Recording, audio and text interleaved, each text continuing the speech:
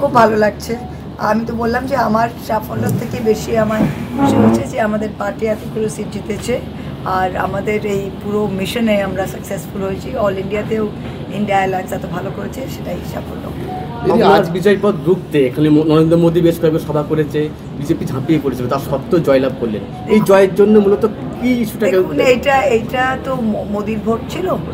উনি 543টা আসনে তিনি ক্যান্ডিডেট ছিলেন, বিজেপি বলেছিল 42টাই তিনি ক্যান্ডিডেট ছিলেন। তাই জনতা উত্তর দিয়েছে যে মোদিকে তারা চায় না। সে 543টার মধ্যে সিম্পল মেজরিটি 272 মোদিজি পাননি।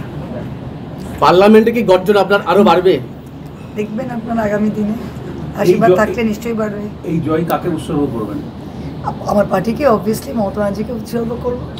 দিদি, আপনার জয় কংগ্রেসে প্রায় 100 সিট এবং বিজেপির টার্গেট পয়েন্টে পৌঁছাতে না পারা সর্বভারতীয় রাজনীতিতে সেক্ষেত্রে কিরম বিচরণ হবে?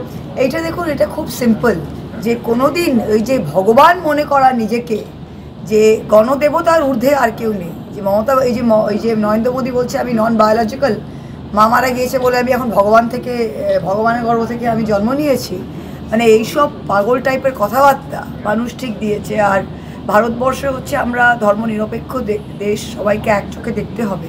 সেই সাম্প্রদায়িকতার রাজনীতি, এই বিষাক্ত রাজনীতি মানুষ একেবারে ত্যাগ করেছে।